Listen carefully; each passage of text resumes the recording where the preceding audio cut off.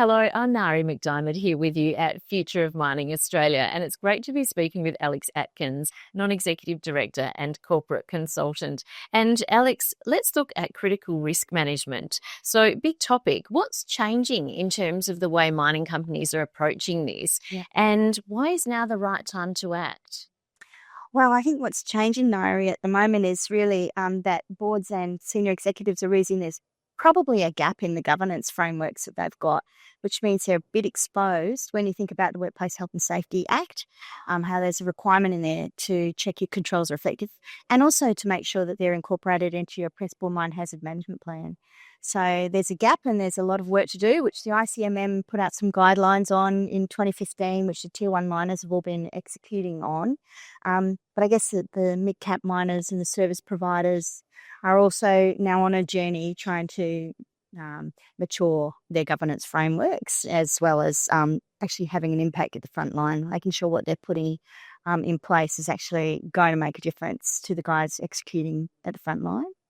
So I think that's what's changed, and also the fact that there's stronger reaction from markets when there is a fatality than there was in the past. It used to be like it was seen as the cost of doing business, but I think proxy advisories are cracking down hard on REM reports and forcing board spills where there's not an appropriate reaction from boards to, say, the C-suite pay after fatalities. And I think that's a strong signal from the investment community that fatalities are no longer acceptable, which is actually a good thing. Mm.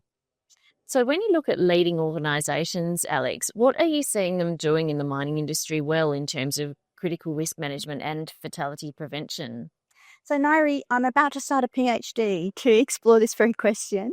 I think that the Tier 1 miners, especially the ones that have signed up to the ICMM critical risk management guidelines, have implemented it over the last 10 years, and they're all at a point where it's in place but probably needs refreshment, because maybe it's become bureaucratic or not too much the work of safety and not enough the safety of work focused.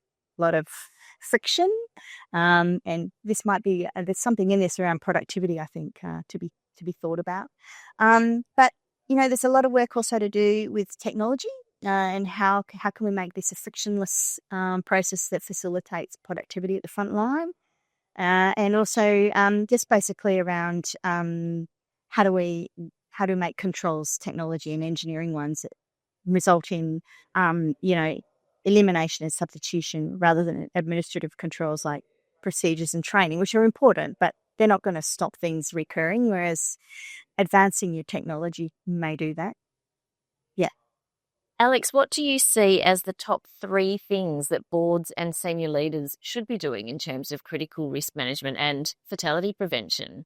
So, Nairi, this is what keeps me up at night. I think a lot about it. I have for many years, and I think there's top 3 things, definitely. The first one is creating that scaffolding to pull the information from the front line all the way up to the board, which will require that translation I was talking about. That's my second point, is translate information that people who aren't subject matter expertise, people who don't come from the front line, actually will understand what you're talking about with critical risks information.